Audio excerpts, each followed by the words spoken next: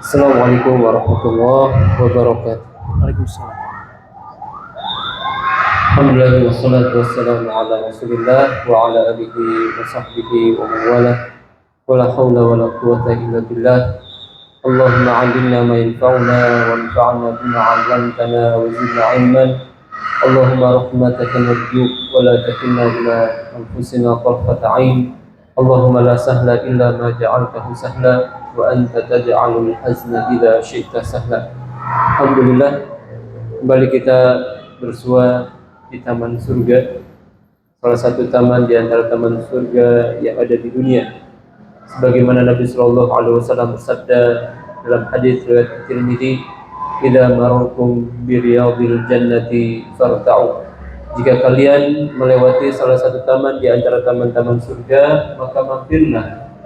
Para sahabat bertanya, apa itu taman surga? Nabi SAW mengatakan, hilatul dzikri, yaitu majlis-majlis ini. Maka berbahagialah kita semua yang masih Allah Subhanahu wa taala berikan kesempatan untuk berkumpul di majlis yang mulia ini.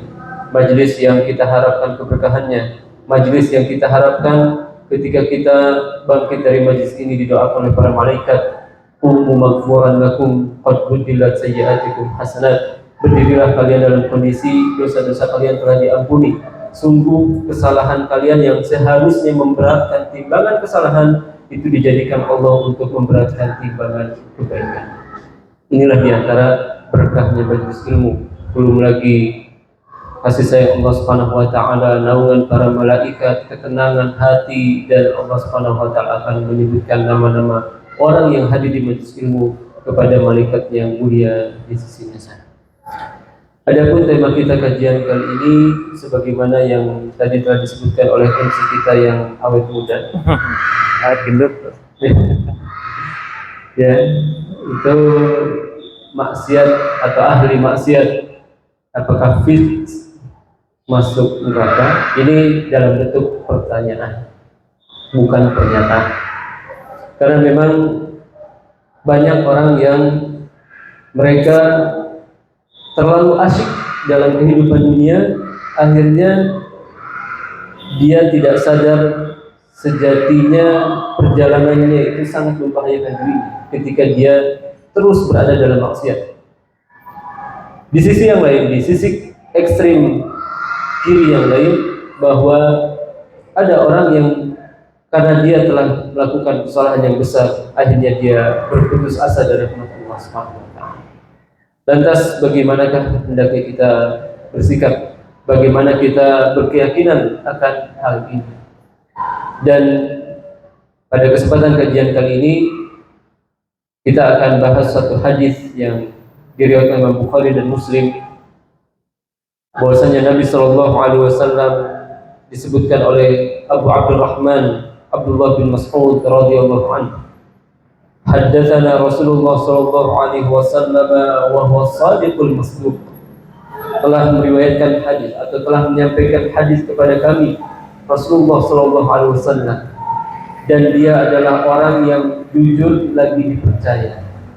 As-shadiq al-masduq, jujur dan dibenarkan. Kenapa Abdullah bin Mas'ud menyampaikan hal ini? Karena Abdullah bin Mas'ud akan menyampaikan sesuatu yang berkaitan dengan hal yang gaib, hal yang kalau kita hanya menggunakan panca indera kita tidak akan sampai ke sana. Dan sangat disayangkan ada sebagian orang yang tidak mengimani, tidak mempercayai kecuali hal-hal yang bersifat empiris saja, hal-hal yang bersifat nyata bisa ditangkap oleh panca indera. Sementara sifat yang beriman adalah alladzina yu'minuna bil ghaib, itu orang-orang yang senantiasa beriman kepada hal yang gaib. Abdullah bin Mas'ud radhiyallahu anhu, seorang sahabat senior yang termasuk orang yang dahulu masuk ke dalam agama Islam. Beliau juga dikenal sebagai ahli Quran, sehingga Rasulullah SAW pernah bersabda, "Man ahabba an yaqra al-Qur'ana ghaddan kama unzila falyaqra'hu ala qira'ati ibni ummi 'abdin." Siapa yang ingin membaca Al-Quran segar seperti diturunkannya, maka ikutilah bacaan Abdullah bin Mas'ud. Ikutilah bacaannya Abdullah bin Mas'ud. Maka ketika mendengar hadis ini, Umar bin Khattab radhiyallahu anhu segera datang kepada Abdullah bin Mas'ud menyampaikan kabar gembira ini. Ketika Umar mengetuk pintu rumah Abdullah bin Mas'ud di malam hari, Abdullah bin Mas'ud bertanya, "Kenapa engkau datang di waktu malam seperti ini, wahai Umar?" Maka Umar mengatakan, "Sesungguhnya aku mendengar kabar gembira dari Rasulullah SAW."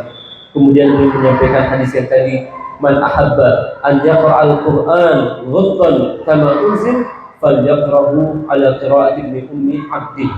Siapa yang ingin membaca Al-Quran seperti yang diturunkannya, dengan bacaan dan nada yang seperti diturunkan, maka bacalah qiraahnya Abdullah bin Mas'ud radhiyallahu ta'ala anhu. Maka inilah riwayat hadisnya.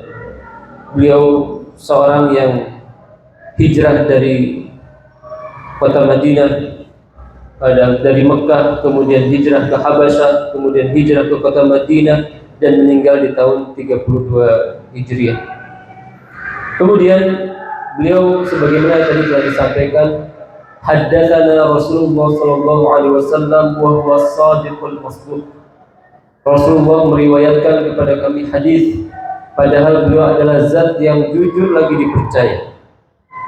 Karena memang Rasulullah SAW adalah orang yang sudah dari kecil tidak pernah berbohong. Dari kecil Rasulullah SAW tidak pernah berbohong sekalipun, sehingga beliau dikenal dengan istilah apa? Julukannya? Amin. Ya, apa julukannya? Rasulullah SAW saking jujurnya dikenal dengan Al-Amin. Masya Allah. Benar ya? Al-Amin juga ya, oh ya. Nawar. Ya, ini bapak tadi tuh bapak. Bapak yang mana? Iya tadi. Oh, Ar-Rami. pagi jual majalah keren. Iya. Nabi SAW dikenal dengan Al-Amin, percaya. Bahkan sebagaimana kata Khadijah radhiyallahu anha, bahwasanya engkau jangan usah takut, kau adalah orang yang sangat jujur, ya. Dan Nabi SAW juga telah diberikan cap oleh Allah Subhanahu Wa Taala di surat An-Najm ayat yang keempat, wa ma yantiqu 'anil hawa in huwa illa wahyun yuha. Dan Rasulullah itu tidak akan berbicara dengan hawa nafsunya. Apa yang disampaikan semuanya adalah murni wahyu dari Allah Subhanahu wa taala. Maka Abdullah bin Mas'ud radhiyallahu anhu, beliau menyampaikan hal ini karena isi hadisnya adalah berkaitan dengan hal yang gaib. Berkaitan dengan hal yang gaib. Kemudian Abdullah bin Mas'ud radhiyallahu anhu menyampaikan sabda Rasulullah SAW, inna ahadakum yujma'u khalquhu fi batni ummihi 40 yawman nutfah. Sesungguhnya setiap kalian dikumpulkan penciptaannya di perut ibunya sebagai setetes mani selama 40 hari. Ya, ini ketika seorang laki-laki melakukan hubungan suami istri, kemudian mengeluarkan air mani, dan istrinya pun mengeluarkan cairan yang mirip, ya, bercampur, maka jadilah setetes nutfah. Dan nutfah ini dia berubah, thumma yakunu 'alaqatan mithla dhalik, berubah dari nutfah menjadi 'alaqah, setetes darah, dengan waktu yang sama 40 hari.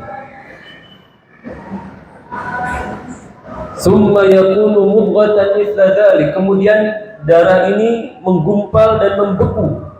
Ini masuk ke fase yang ketiga, yaitu menjadi segumpal darah, segumpal daging yang bisa digigit. Ya. Namun masih belum keras, 40-an. Setelah melewati 3 fase ini, Allah Subhanahu wa taala memerintahkan sesosok malaikat yang khusus tugasnya meniupkan ruh. Jadi di sana di antara tugas malaikat, ada malaikat yang tugasnya hanya meniupkan ruh saja. Summa yu'maru, ya, kemudian Allah Subhanahu wa taala summa yursalu ilaihi al-malak fayanfukhu fihi ar-ruh wa yu'maru bi arba'i kalimat. Allah Subhanahu wa taala mengutus sesosok malaikat untuk meniupkan ruh, yaitu setelah 120 hari. Dan mencatatkan beberapa hal, bikat birizqihi wa ajalihi wa amalihi wa syaqiyyin aw sa'id. Menuliskan 4 perkara, menuliskan rezekinya, ajalnya, amalnya, dan apakah dia ingin hidup bahagia atau hidup sengsara. 4 perkara ini ditulis setelah sesosok janin berusia 120 hari. Sebanyak apa dia akan mendapatkan rezeki, sebanyak apa dia akan beramal, sejauh berapa tahun, berapa bulan, atau berapa harikah dia akan hidup di permukaan bumi, dan apakah dia akan menjadi orang yang bahagia atau sengsara. Ini semuanya sudah tercatat semenjak kita berusia berapa? 120 hari. Ya. Dan ini catatan takdir yang kedua, karena takdir itu ada 3. Silahkan, ada yang masih ingat? Ya, mungkin ada masih ingat dan mau menjawab. Masih banyak. Catatan takdir itu ada 3 jenis: takdir A, takdir B, takdir C. Takdir B tadi sudah kita sebutkan, takdir usia. Takdir usia di hari 120. Di 120 hari ketika kita menjadi janin. Semua yang akan terjadi dalam kehidupan kita semasa kita hidup itu telah dicatatkan di waktu itu. Silakan. Ada 2 jenis takdir lagi. 2 lagi. Takdir, takdir mati, takdir mati. Satu lagi. Rezeki katanya. Rezeki. Oh, ini tadi 4 perkara ya. Bolehlah. Apa saja 4 perkara yang tadi ditulis? Pertama, ajal, rezeki, ya, ya, ya, umur. Apalagi, ya. Hei, ada yang menanyakan? Silakan. Ika mungkin mau jawaban. Oh, nggak ada. Berarti yang paling bagus. Kita kasih tadi ya. Siapa? Hei, takdir itu terbagi menjadi 3 ya. Ada takdir amali atau takdir umri yang tadi disebutkan, takdir umur, seumur hidup kita itu ketika kita berusia 120 hari. Kemudian ada takdir azali, yaitu takdir ketika kita belum ada, 50.000 tahun sebelum penciptaan langit dan bumi. Ya, itu ditulisnya di mana? Lauhul Mahfuz. Dan yang ketiga ada namanya takdir sanawi, takdir tahunan. Takdir tahunan. Kapan itu dicatatkannya? Malam Lailatul Qadar. Di malam Lailatul Qadar. Ya. yufraqu kullu amrin hakim. Allah Subhanahu wa taala katakan, di malam Lailatul Qadar dicatatkan segala perkara yang akan terjadi secara bijaksana. Ya, jadi takdir itu secara umum terbagi tiga. Ada takdir secara umum berkaitan dengan apa yang akan terjadi di alam dunia ini dan bahkan alam akhirat juga. Kemudian yang kedua yaitu apa yang akan terjadi semasa kita hidup ini ketika kita 120 hari di perut ibu kita. Kemudian yang ketiga adalah takdir tahunan, yaitu yang terjadi di malam Lailatul Qadar. Ya. Ini di antara jenis takdir, ya. Dan ini tidak bertentangan. Nabi SAW bersabda dalam hadis riwayat Imam Muslim, kataballahu maqadiral khalaiq qabla an yakhluqas samawati wal ard bi 50,000 sanah. Allah mencatatkan semua akan yang terjadi di langit dan bumi sebelum penciptaannya 50.000 tahun. Ya. Dan ini bedakan antara takdir yang disebutkan oleh Rasulullah SAW dalam hadis ini dengan takdir yang ada di Lauhul Mahfuz. Kemudian Abdullah bin Mas'ud mengatakan, "Walladzi nafsi biyadihi." Ya. Wallahilladzi la ilaha illa ghairuh. Demi Allah, zat yang tidak ada Tuhan yang berhak diibadati kecuali hanya Dia. Inna ahadakum la ya'malu bi amali ahli jannah hatta ma yakunu bainahu wa bainaha illa dhira' fayasbiqu alayhi al-kitab fayamalu bi amali ahli an-nar fayadkhuluha. Wa inna ahadakum la ya'malu bi amali ahli an-nar hatta ma yakunu bainahu wa bainaha illa dhira' fayasbiqu alayhi al-kitab fayamalu bi amali ahli al-jannah fayadkhuluha. Sesungguhnya ada di antara kalian yang dia beramal dengan amalan ahli surga, namun di akhir hayatnya dia beramal dengan amalan ahli neraka, sehingga Allah tutup usianya dengan amalan ahli neraka dan dia menjadi penghuni neraka.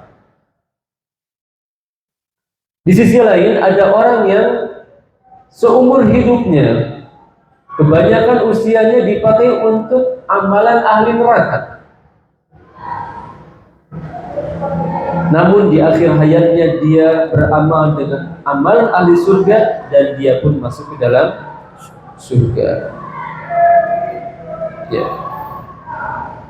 Hadis ini senada dengan sabda Nabi SAW dalam riwayat Al-Bukhari, innamal a'malu bil khawati. Amalan itu tergantung akhirnya. Dan untuk menjelaskan hadis ini dibantu dengan dua riwayat lain. Riwayat pertama adalah riwayat Imam Muslim. Nabi SAW bersabda, innar rajula la ya'malu zamana tawil bi'amali ahli jannah. Sesungguhnya ada orang yang dia beramal dengan amalan ahli surga dengan waktu yang lama. Jadi kebanyakan waktunya dia beramal dengan amalan ahli surga. Thumma yukhtam lahu bi'amali ahli nar. Namun usianya ditutup dengan amalan ahli neraka, sehingga dia menjadi ahli. Sebaliknya, wa inna rajul la ya'malu zaman tawil. Ini ada tambahan kata zaman tawil. Ada orang yang dia beramal dengan amalan ahli surga dengan waktu yang panjang. Bi amali ahli nar tsumma yuftam amaluhu. Ya, kemudian dia beramal dengan amalan neraka, kemudian ditutup dengan amalan surga dan dia pun menjadi penghuni surga. Ini semakna dengan hadis tadi. Kemudian hadis yang ketiga yaitu hadis tentang kisah seorang sahabat yang pandai dalam berperang. Ya, dia luar biasa gerak-geriknya dalam berperang, lincah sekali. Ya, sampai para sahabat mengatakan tidak ada orang yang lebih dahsyat gerak-geriknya, metode berperangnya melebihi orang ini. Namun mendengar hal ini, Rasulullah SAW mengatakan huwa min ahlinnar, dia termasuk penghuni neraka. Subhanallah. Padahal kata para sahabat ini amalannya luar biasa, ini hebat sekali. Mungkin banyak musuh yang terbunuh. Namun apa kata Nabi SAW? Ya, dia termasuk penghuni neraka. Sehingga seorang sahabat yang mendengar heran, kok bisa ya ada orang yang amalannya luar biasa dikatakan sebagai penghuni neraka. Dia ikuti orang ini, kemudian apa yang terjadi? Dia terkena anak panah dan tidak sabar menghadapi sakitnya tusukan anak panah itu. Apa yang dia lakukan?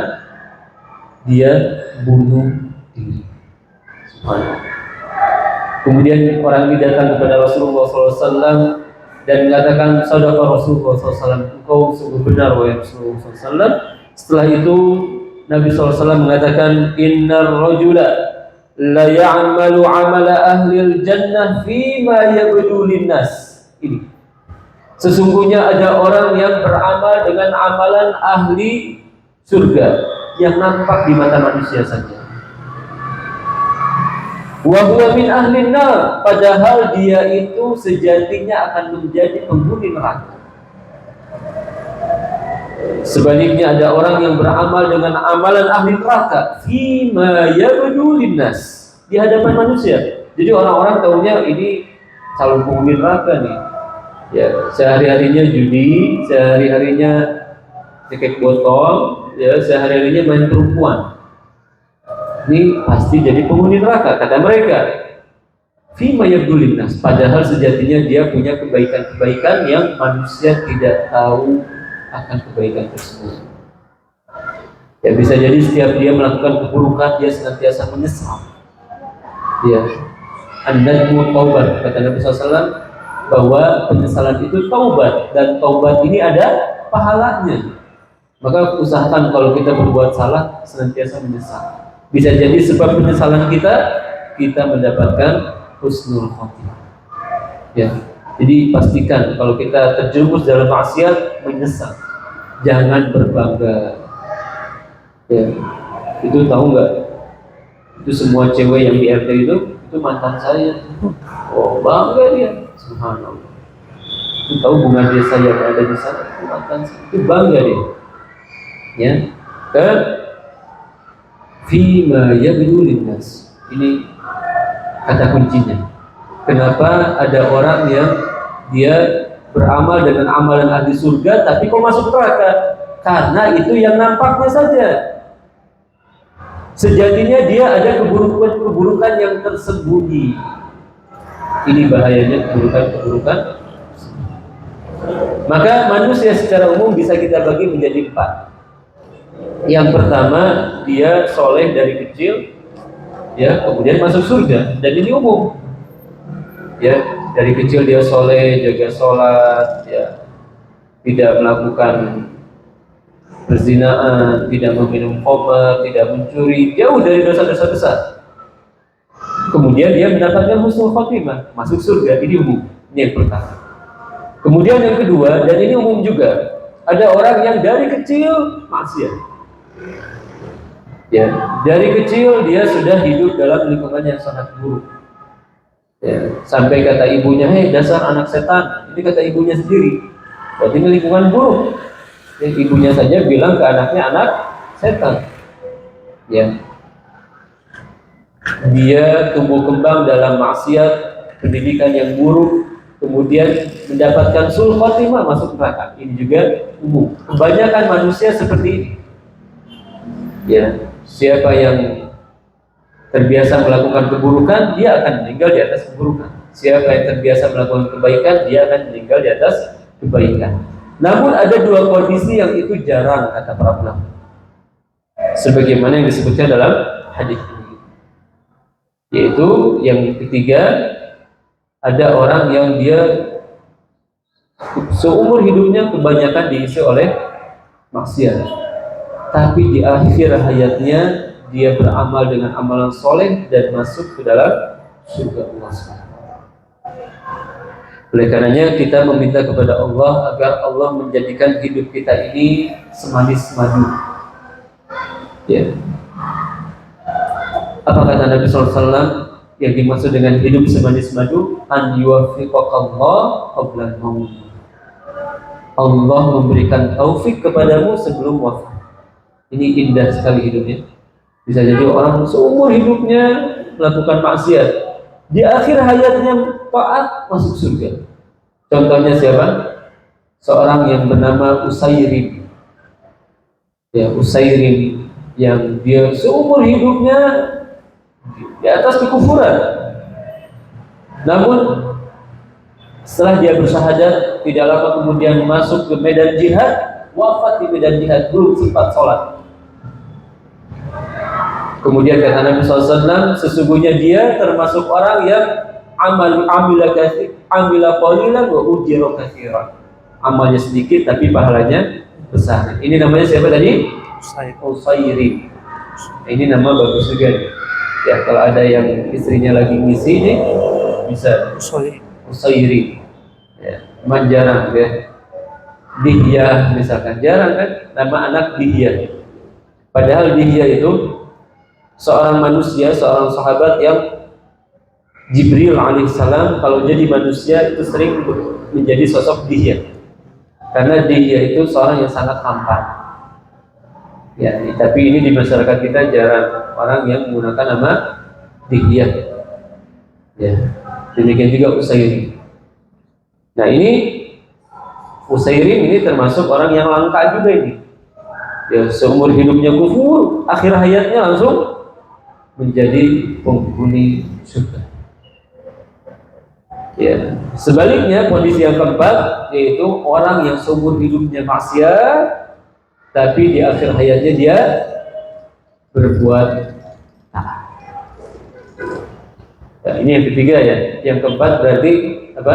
Seumur hidupnya taat, di akhir hayatnya maksiat. Contohnya siapa? Tadi yang sudah disebutkan. Ya, walaupun tidak disebutkan namanya, siapa tadi? Tidak masih ingat. Kondisi keempat. Silakan. Tadi kondisi pertama ini ya Abu Bakar, banyak ya.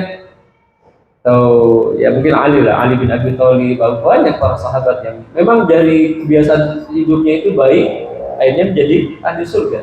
Ada yang kebiasaan hidupnya buruk, suul khatimah, jadi penghuni neraka. Ini juga banyak. Contohnya siapa? Abu Jahal, Abu Lahab, ya, dan yang semisalnya. Kemudian ada yang maksiat. Yang ketiga maksiat, kemudian taat. Contohnya tadi siapa? Usairim. Nah, yang keempat nih siapa?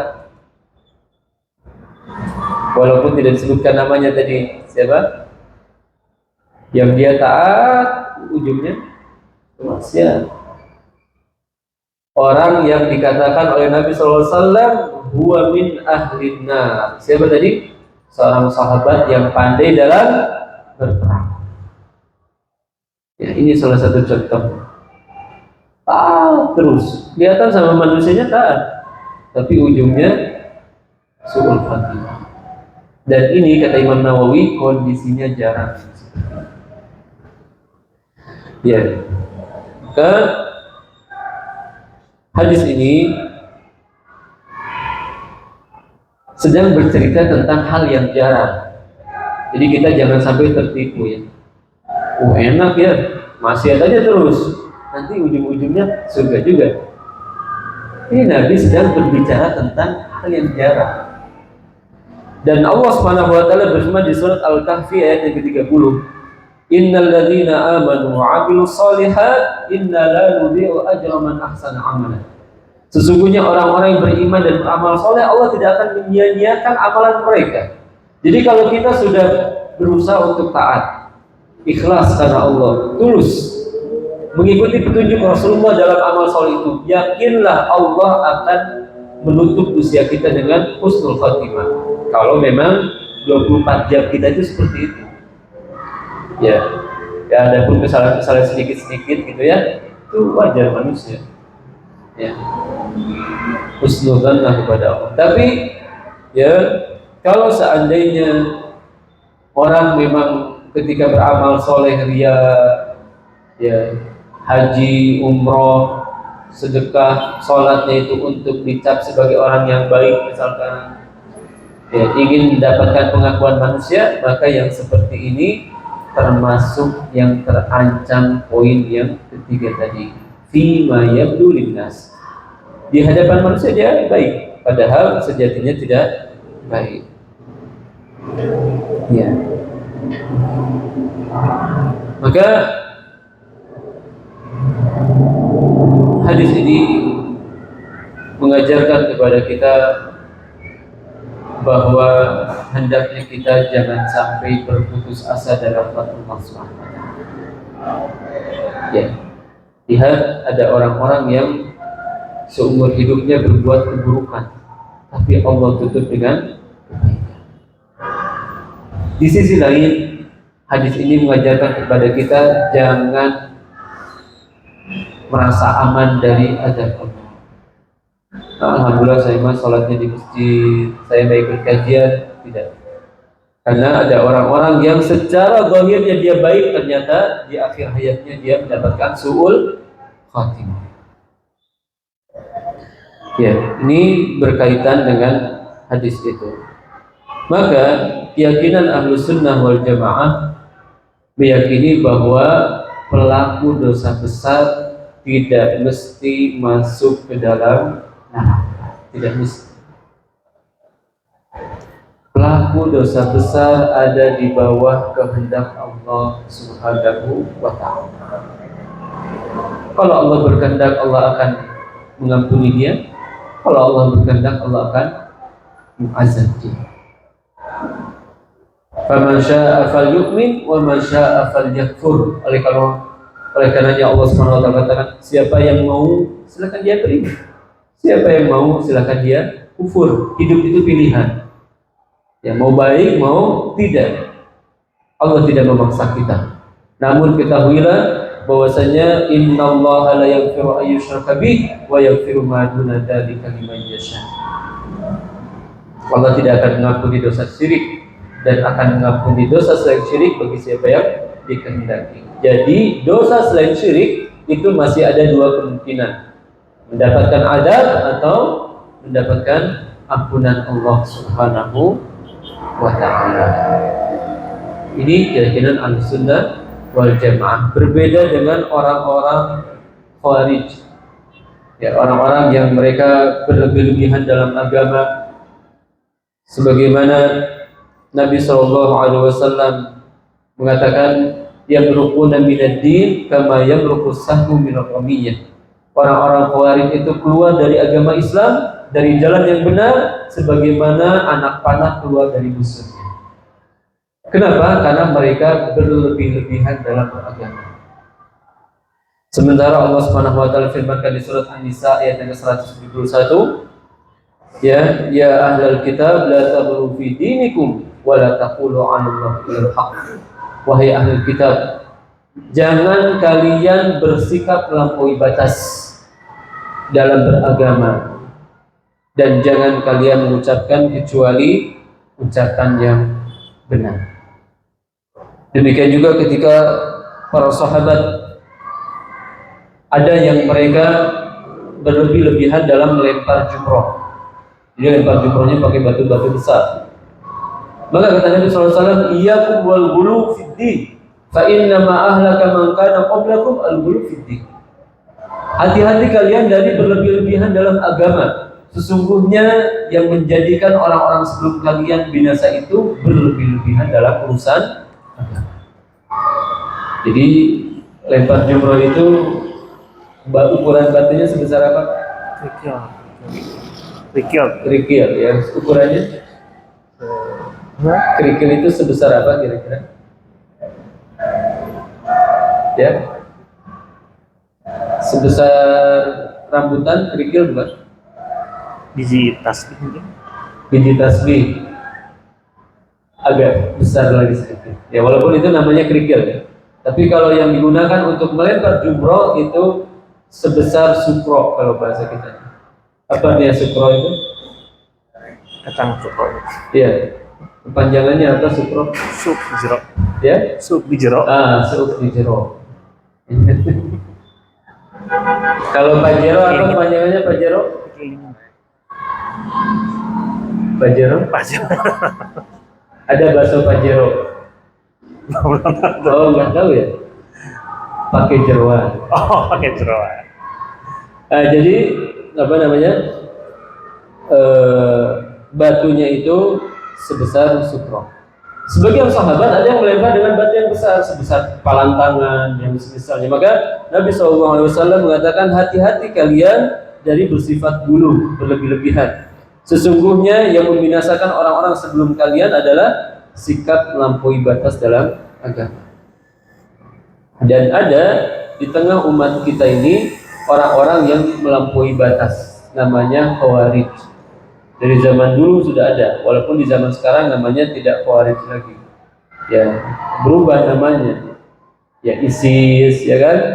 Ada Jabhatun Nusra, ada apa lagi? Al-Qaeda. Itu walaupun namanya berubah, tapi sejatinya itu adalah orang-orang Khawarij. Ya, kalau di Indonesia itu apa namanya? Islam Jamaah Islamiyah, JI, ya. Berganti-ganti itu namanya. Ya, walaupun ya, kalau tidak salah sudah dibubarkan juga ya, JI sudah dibubarkan juga. Karena memang itu orang-orang yang memiliki pemahaman Khawarij. Ya. Dan Khawarij ini berasal pemahaman Khawarij ini di masa sekarang itu mengikuti pemikiran Sayyid Qutb. Maka kita jangan terperdaya dengan pola pikir yang banyak diikuti oleh orang di zaman sekarang, yaitu pemikiran Sayyid Qutb. Hati-hati, ya terutama dalam kitab beberapa kitabnya itu diterangkan bahwa masyarakat yang ada sekarang adalah masyarakat jahiliyah. Ya, masyarakat apa? Jahiliyah. Walaupun beliau itu seorang yang ahli bahasa. Kalau urusan sastra itu luar biasa. Oleh karenanya, Syekh Shalih Al-Fauzan di dalam kitab Tahqiqat Al-Mardiyah, kitab tentang faraid, itu menukilkan ucapan Sayyid Qutb, tapi bukan dalam permasalahan akidah. Ya. Jadi ini ulama ini yang bahasnya. Kita jangan coba-coba baca tulisan Sayyid Qutb, karena bisa jadi kita nggak tahu ini yang benar, ini yang salah. Ini ulama biarkan baca kitab-kitab mereka, tapi kita jangan. Ya. Dan cikal bakal pemikiran Khawarij ini adalah seorang yang bernama Dzul Khuwaisirah. Seorang yang bernama Dzul Khuwaisirah, pemilik daging jadi, itu bahasa kitanya. Jadi di tubuhnya itu ada daging jadi yang menonjol. Ya. Dia datang kepada Nabi SAW setelah pembagian harta walimah. Kemudian dia katakan, "I'dil ya Muhammad, fa innaka lan ta'dil." Berbuat adil ya Muhammad, kau tidak berbuat adil. Kau ini bukan orang yang adil. Apa kata Nabi SAW? "Fa in lam adil, faman ya'dil." Kalau saya tidak adil, kalau gitu siapa lagi yang adil? Akhirnya dia pergi. Kemudian Nabi SAW mengatakan, "Fa'innahu yakhruju min hada, fa'innahu yakhruju min di'li hada." Sesungguhnya akan keluar dari tulang sulbi orang ini, ya, orang-orang yang mereka keluar dari agama Islam sebagaimana keluarnya anak panah dari busulnya. Dalam riwayat yang lain, sesungguhnya akan keluar dari orang ini orang-orang yang kalian minder salatnya jika dibandingkan dengan mereka. Ibadahnya luar biasa. Ini Rasulullah sampaikan kepada siapa? Para sahabat aja akan minder kalau melihat ibadahnya orang-orang Khawarij.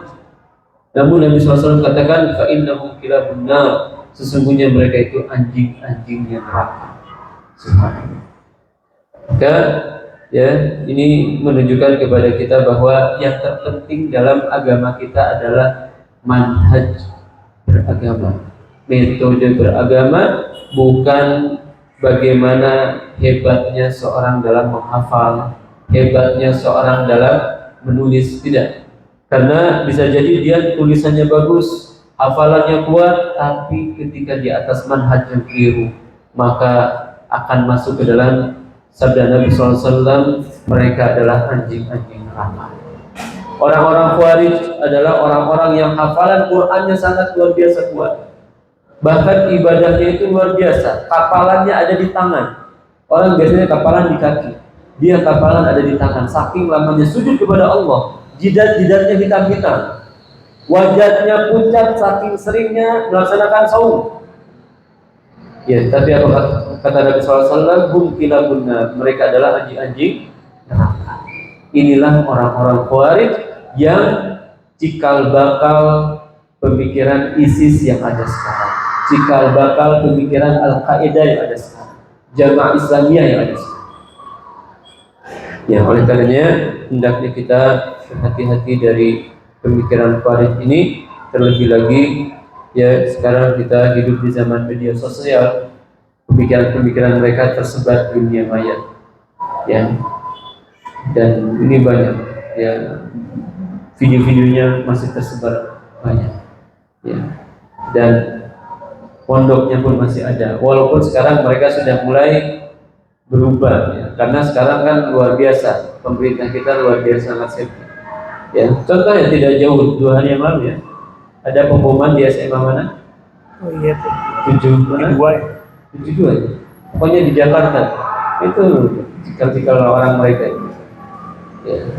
Gaya-gaya orang mereka itu berbau. Ya. Kemudian ya, dulu kalau zaman dulu Nurdin M-Top, ya. Nurdin M-Top itu bom mana itu? Malaysia tuh ya. Bom Bali ya. Bom Bali ya, kalau boleh dibuat. Ya tidak. Ya, kemudian ada lagi siapa? Amrozi, ya kan? Kemudian itu orang-orang seperti itulah yang mereka ketika diputus mati oleh pemerintah, apa yang mereka ucapkan? Ya, Allahu Akbar, bangga gitu. Bahkan sujud syukur ketika divonis hukuman mati. Kan? Ya, ini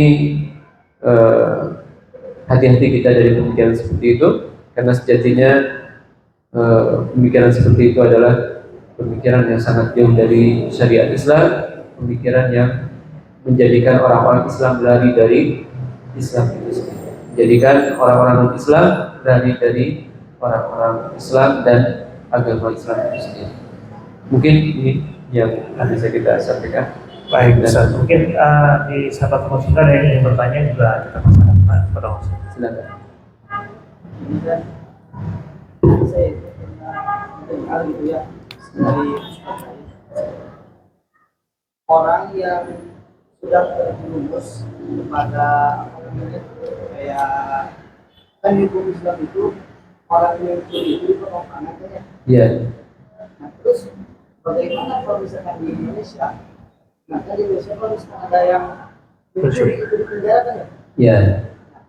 Sedangkan di Islam itu dipotong. Nah kata Ustadz yang saya pernah dengar. Iya. Jadi ketika ingin bertobat itu memang harus dipotong dulu. Oh. Benar atau tidak? Iya, ini hati-hati ya. Ini namanya syubhat. Karena khawatirnya Ustaz itu terpengaruh dengan pemikiran Khawarij juga. Khawatir ya, karena kan namanya pemikiran kan tersebar deras. Nah, jadi syarat taubat kita ketahui ada 3, ya kan? Yang pertama apa? Menyesal. Yang kedua, berjanji tidak akan melakukan. Yang ketiga, lepaskan dosa ketika itu. Ya. 3 syarat ini kalau terpenuhi, Allah terima taubat. Kalau jika berkaitan dengan harta manusia, hak manusia, maka harus dikembalikan dulu. Ini syarat yang keempat khusus kalau berkaitan dengan hak orang lain. Syarat-syarat ini terpenuhi, maka yakinlah Allah akan menerima taubat seorang. Tidak mesti tangannya harus dipotong terlebih dahulu. Ya, tidak mesti tangannya harus dipotong terlebih dahulu. Apalagi kita hidup di negeri yang memang syariat itu tidak ditegakkan. Memang kita berharap bahwa syariat itu bisa ditegakkan. Kita berharap. Kenapa? Kalau syariat itu ditegakkan, yakinlah angka curanmor akan menurun drastis, angka pencurian akan menurun drastis, angka begal akan menurun drastis. Karena begal dalam Islam itu bukan cuma dipotong tangan, ya dipotong tangan kanan, kaki kiri, ngebegal lagi tangan kiri, kaki kanan, sudah habis lehernya dipotong. Ya, jadi begal itu hukumnya bukan pencuri. Beda lagi, mencuri itu kan mengambil harta secara sembunyi, itu mencuri namanya. Begal itu kan terang-terangan. Dalam istilah syariat itu gosok. Gosok dalam bahasa fikih bukan gosok istilah pesantren sekarang. Iya. Sedang saya digosokkan. Itu bukan istilah gosok fikih itu. Gosok secara bahasa saja. Ya, sendal ya dipakai orang tanpa izin, itu gosok istilah pesantren. Tapi gosok dalam istilah fikih itu artinya membegal. Ya, mengambil harta orang lain terang-terangan, itu namanya gosok. Ya, ini gosok, ini luar biasa. Ya. Maka kalau syariat Islam ini ditegakkan, yakinlah pencurian akan sangat berkurang. Ya, contohlah di Saudi ya. Orang itu mau nyuri itu pikir puluhan kali. Karena kalau ketahuan hilang tangan. Ya, demikian juga sekarang Suriah alhamdulillah ya sudah mulai menjalankan syariat ini. Ya, terakhir Anda lihat video ada orang yang dipotong tangannya. Namun dia bersyukur sambil dengan bangganya Allahu Akbar, inilah negeri Islam, Allahu Akbar, inilah negeri Islam. Ya. Jadi itu bagus, kita berharap. Tapi kalau tidak dijalankan, tidak mesti syarat taubatnya harus dipotong tangan. Apa dalilnya? Ya, yaitu ketika ada seorang sahabat yang dia berzina. Dia berzina, kemudian dia mengatakan, "Ya Rasulullah, saya berzina." Nabi SAW malingkan dulu. "Wahai Rasulullah, saya berzina." Dia ngadep lagi ke sini, ya, ngadep. Nabi palingkan lagi sampai beberapa kali. Kemudian dipastikan ini orang gila tidak? Tidak. Maka Nabi SAW perintahkan untuk dirojam. Kemudian dalam riwayat lain dikatakan sesungguhnya kalau dia bersembunyi di balik tameng dari Allah itu lebih baik. Jadi kalau seorang misalkan pernah berzina, tidak ada kewajiban bagi dia mengumumkan hal itu kepada pemerintah, tidak mesti. Cukup dia bertobat antara dirinya dengan Allah Subhanahu wa taala, insyaallah Allah akan. Ya, jadi hadis itu menjelaskan kepada kita kalau kita langsung bertobat antara kita dengan Allah itu lebih bagus. Tapi kalau sudah ketahuan, sudah ditangkap polisi, dibawa ke pengadilan, ketika itu sudah berjalan hukum seperti biasa. Ya, sementara di negara kita hukumnya tidak sampai potong tangan. Sudah berjalan apa saja. Ya, seadanya saja, ya cukup dia bertobat, insya Allah itu sudah cukup. Dan kalau harta yang sudah dicuri, hendaknya dia kembalikan dan tidak mesti dia harus mengatakan saya pernah mencuri barang kamu, tidak mesti. Ya, misalkan dulu waktu di SMA kita suka darmaji. Ya, ya, nih. Kalau dulu suka darmaji nih, ya datang ke warung itu. Ya, datang lagi ke warung itu, kira-kira dulu kita darmajinya berapa? Ya, kita kasih ke anaknya atau kita kasih ke ibunya, "Bu, ini saya ada rezeki, dulu saya suka nongkrong di sini. Ya, ini tolong diterima." Cukup ya? Cukup. Tidak mesti bilang, dulu saya suka darmaji, Bu. Ya, kurang lebih 3 tahun lah saya darmaji di sini. Kira-kira berapa kan? Ya itu nggak apa-apa kalau memang dia. Tapi kalau seandainya dengan kita mengucapkan itu akan menjadi bermasalah, kita ditangkap atau yang misalnya, maka tidak perlu. Ya, yang penting kembalikan haknya. Allahu a'lam bishawab. Ada yang bertanya? Ya. Silakan. Tanda maji Ustaz. Ya, dan maji. Anak pernah Dan maji itu harus ditafsirkan dulu ya. ya pernah lah ikut nakal gitu ya. Iya. Sama teman-teman justru kalau nggak melakukan itu, Gak seru ya. bukan teman-teman tuh marah gitu ya. Kita harus ambil gitu. Pasti pengetahuan. Iya. Nah, anak tuh sempat ingin mengembalikan, tapi sekarang warungnya tuh udah nggak ada. Sudah nggak ada. Nah, bagaimana apa yang dilakukan kalau kita dulunya darmaji ya, dahar 5 mayar hiji, ya. Makannya 5, ngakunya 1. Ya maka kalau warungnya sudah tidak ada atau warungnya sudah berganti kepemilikan, Pemilikannya juga udah nggak tahu siapa, nggak jelas, maka asal kita perkirakan saja. Kira-kira berapa kita darmaji? Perkirakan. Sampai kita yakin ini sudah cukup. Dan tidak mesti digantinya sekaligus. Misalkan besar nih ya, 10 itu darmaji itu 5 juta. 5 juta gede. Maka bisa dicicil. Kita sedekah atas nama orang itu. Kita sedekah atas nama orang itu. Ya, sedekah atas nama orang itu dicicil. Ya, mudah-mudahan kita juga dapat pahalanya. Selain dia ya nyampe pahalanya ke orang itu, ya itu insya Allah. Dan ini sesuai kemampuan kita saja. Tidak mesti harus sekaligus kalau seandainya besar. Tapi kalau cuma sekali 2 kali gitu ya, ya itu mah sekali beres kan. Sedekah misalkan niatkan atas nama orang tersebut. Wallahu a'lam. Sudah masih ada? Sudah ya? Baik, karena mungkin waktu juga sudah mendekati azan. Lebih 5 menit lagi. Tapi pada intinya adalah sore hari ini kita tentunya patut mengucapkan alhamdulillah, syukur alhamdulillah kita mendapatkan ilmu nasihat yang sangat berguna. Dan juga ada 4 poin tadi yang paling penting yang perlu kita bawa pulang dan kita amalkan di kehidupan kita. Yang pertama adalah dari kecil soleh masuk surga, kemudian dari kecil sudah maksiat masuk neraka. Yang ketiga dari kecil maksiat tapi pada ujungnya masuk neraka, surga. Dan yang keempat dari kecil soleh pada ujungnya masuk neraka. Mungkin bisa dijadikan bahan pemikiran kita semuanya para sahabat surga untuk dijadikan pelajaran dan jangan menganggap mudah tadi ya.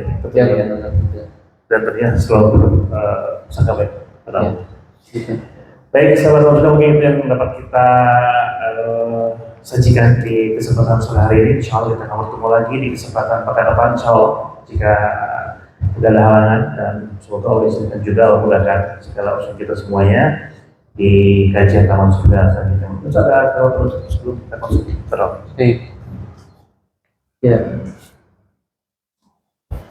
Sufyan Ats-Tsauri rahimahullah taala beliau pernah mengatakan, inni akhafu an yuhtam amali, sesungguhnya saya khawatir kalau akhir usia saya itu ditutup dengan su'ul khatimah. Demikian juga Malik bin Dinar, ya, beliau pernah berkata dalam dirinya sendiri, wahai Rabbku, di manakah tempat saya nanti? Apakah di surga atau neraka? Dia ulang-ulang itu sambil menangis. Ya, ini membuktikan kepada kita bahwa orang-orang soleh zaman dulu tidak merasa aman dari azab Allah Subhanahu wa taala, padahal mereka sudah maksimal. Maka jangan sampai kita yang amalnya masih sangat sedikit sekali merasa aman dari azab Allah Subhanahu wa taala. Terus tingkatkan amal soleh kita, terus tingkatkan keilmuan kita, jangan berputus asa dari rahmat Allah Subhanahu wa taala, dan yakinlah ana inda dhanni 'abdi bi, sebagaimana Rasul Allah Subhanahu wa taala berfirman dalam hadis qudsi, saya sesuai dengan persangkaan hamba saya. Perbanyaklah husnuzan kepada Allah, niscaya kita akan mendapatkan sesuai dengan apa yang kita inginkan. Wallahu a'lam bishawab. Sallallahu alaihi nabiyina Muhammad wa akhiru da'wana alhamdulillahi alamin. Assalamualaikum warahmatullahi wabarakatuh. Ya, baik Ustaz. Ya, baik Ustaz, jazakallahu khairan atas nasihatnya dan juga syukur kepada para sahabat termasuk kita hari ini dengan doa kafaratul majelis. Subhanallah. Assalamualaikum warahmatullahi wabarakatuh.